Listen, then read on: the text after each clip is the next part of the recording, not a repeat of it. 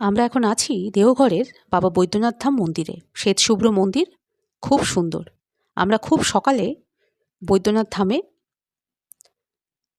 এসে বাবার মাথায় জল ঢালি, দর্শন করি।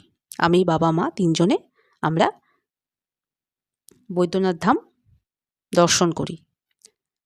এরপর বেলা বাড়ার পরে আমরা আবার মন্দিরে প্রবেশ করি। তখন দেখি মন্দিরে এত ভিড়, দেখতেই পাচ্ছেন কত লোকের সমাগম। সবাই বৈদ্যনাথ ধাম দর্শন করতে, বাবার মাথায় জল ঢালতে এসেছেন। তাই আপনারা সকালবেলা যদি বৈদ্যনাথ ধাম দর্শন করেন তাহলে অনেকটাই ফাঁকা পাবেন। আপনাদের দেওঘর ভ্রমণে অবশ্যই বৈদ্যনাথ ধাম